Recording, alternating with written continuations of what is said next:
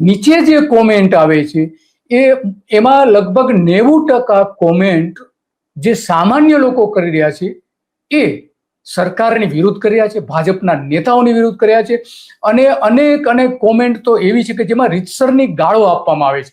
એટલી પ્રજા ત્રસ્ત થઈ ગઈ છે. અને આ જે કોમેન્ટના કારણે ભારતીય જનતા પાર્ટી જે કરવા ધારતી હતી એની ફેવરની રીલ બનાવવા માટે, તો ફેવરની રીલ બનાવે છે પણ એના કોઈ એટલા બધા વ્યૂઝ આવતા નથી, પણ એના જે રિવ્યુ આવે છે અને નીચે કોમેન્ટ કરે છે, રિપ્લાય આપે છે, એ ખતરનાક આવે છે. અને ભારતીય જનતા પાર્ટી માટે સૌથી મોટું જોખમ એ છે. અને એમાં એટલી બધી ખરાબ કોમેન્ટ હોય છે કે જે આપણે અહીંયા બતાવી શકતા નથી.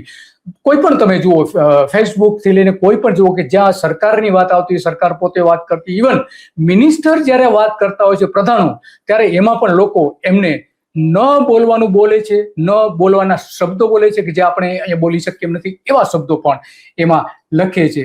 તો જોઈએ એમાં કઈ રીતને હર્ષ સંઘવી શું કહી રહ્યા છે.